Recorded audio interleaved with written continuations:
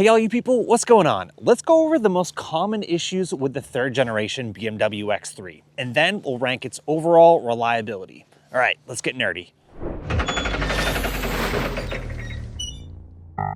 All right, let's start inside. First things first, the electronics. Overall, a massive improvement from what BMW used to have a few years ago, but some owners have reported kind of glitching infotainment center and a lagging interface sometimes. Usually if you just restart the car, it'll fix the glitching, but sometimes it actually requires a software update.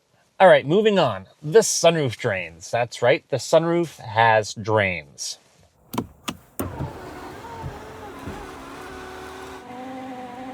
There's these little tubes in the sunroof channels that allow rainwater to be drained to the ground. These tubes run down the A-pillars of the car where they can actually get clogged with debris.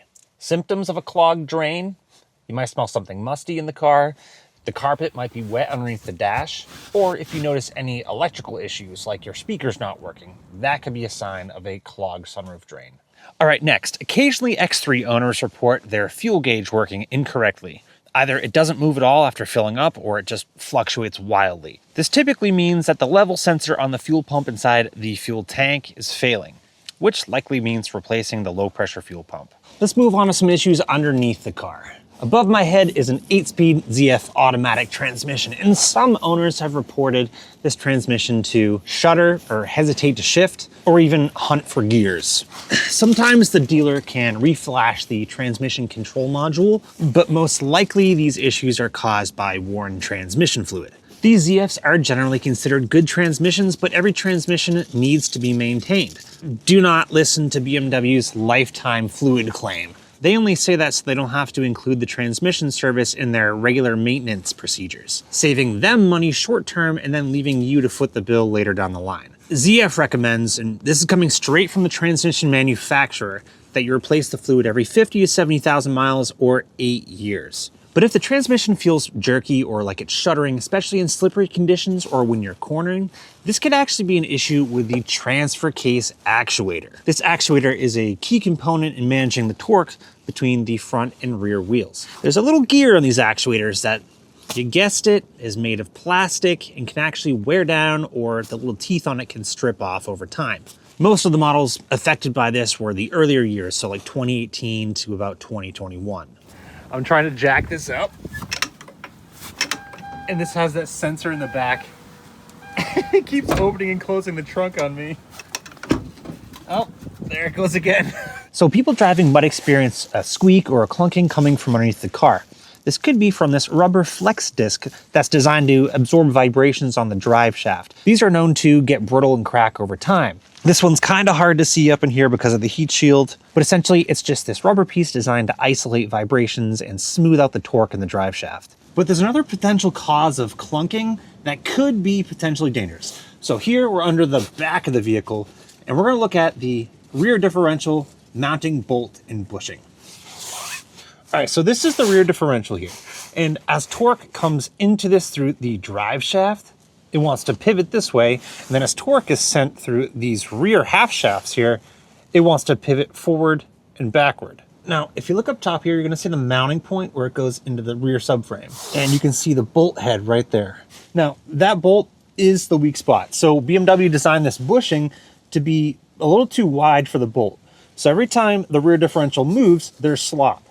And over time, that wears the bolt down to the point where it can actually break and shear off, or that bushing can tear. And there's the back side of that bolt there. This one looks like it's in pretty good shape. All right, now let's dive into the engines. Now, there were a few different engine options for the X3, but we're gonna focus on the 2-liter B48 engine and the 3-liter inline-6 B58, because those were the two most popular engines for the X3. The base X3, the 30i, is going to come with a 2-liter 4-cylinder turbocharged engine. These engines are known to be fairly reliable, but they do have some common issues. First and foremost is oil leaks. Now this here is the 3-liter straight 6 engine, but at least I can show you on this where the 2 liters like to leak.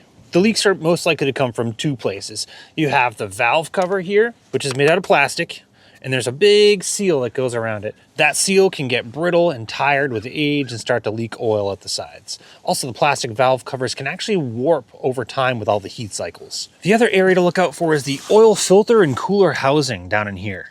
The gasket behind there, and even like the plastic housing itself, can get brittle and crack with age. And if this is leaking oil, then it could also be potentially mixing with your coolant. So if you see oil dripping on the ground or you see oil in your coolant, pay attention to that. That could be your issue. All right, moving on. If you found that your fuel economy is getting worse, maybe your engine's running rough or you have a misfire, this could be an issue with your fuel injectors. The injectors on the 2-liter engine are known to clog up. A typical fix for these is going to be taking out the injectors and cleaning them. But if that's not the issue could lie on the intake valves of the engine. It's pretty common for direct injection engines to get carbon buildup on those intake valves over time. And if that's the case, a shop is going to walnut blast your intake valves clean for you, and you should be fine. Now, if you happen to start the car and the engine's cold and you hear a metallic rattling coming from the engine bay, that's not a good sign. That could be your timing chain tensioner. What does that do? It tensions your timing chain. These don't fail all the time, but it's common enough where you should really pay attention to it if you have the 2-liter engine. If it completely fails on you, that could lead to internal engine damage. Pretty expensive. And this is another one of those parts that if you just change your oil regularly, it'll help extend the life of it. Lastly, let's talk about the cooling system. If you happen to notice a sweet smell in the front of your car, you could have a coolant leak. You should check your coolant level. You should check for coolant leaks all around the coolant hoses, around the plastic joints, because like most plastic in the engine bay, over time it's going to get brittle and crack. You don't want a coolant leak and you don't want to overheat your engine. Let's move on to the 3-liter B58 straight-six engine. These are going to be offered on the M40i trim level, and these engines are kind of BMW's like bread and butter. BMW's been making straight-six engines for a long time now, so overall this is going to be the slightly more reliable and robust of the engine choices. I mean, even Toyota uses this in their shared Super platform. But there are still some potential issues with these engines. They actually share some of the same problems as the 4-cylinder. These are notorious for valve cover leaks. Especially look at how long this valve cover is because it's a straight-six engine. There's a lot of gasket material to potentially leak. And like I said, these valve covers can warp. And the same coolant system leaks can actually pop up with these as well because, again, brittle plastic over time. The oil filter and cooler housing can also leak on these. One interesting issue that these engines had was actually from low quality oil filters. They would kind of collapse on themselves, leading to contaminated engine oil. So if you do your own oil changes, just make sure you get a high quality filter as well.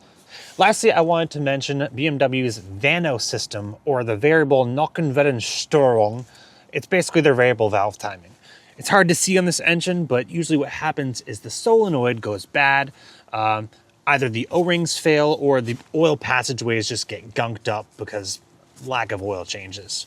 So do your dang oil changes. Some symptoms of the Vano system going bad would be a check engine light, rough idle, low power, and potentially the engine going into limp mode.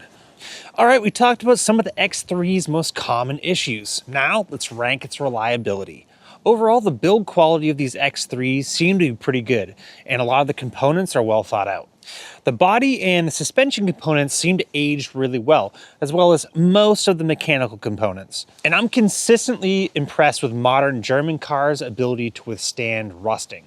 But there are some mechanical things with these cars that you want to keep an eye on. They do seem pretty sensitive to having a good maintenance schedule. If you stay on top of these issues and don't let them start to pile up, I think it's pretty possible for most of these straight-six engines to get over 200,000 miles. The 4-cylinder models do seem to have more recurring issues. And I just want to mention that no matter what, maintaining and fixing a German car is going to be more expensive than fixing a Japanese, Korean, or domestic US car. You're pretty much going to have to pay to play. Just keep that in mind if you're looking to get one of these.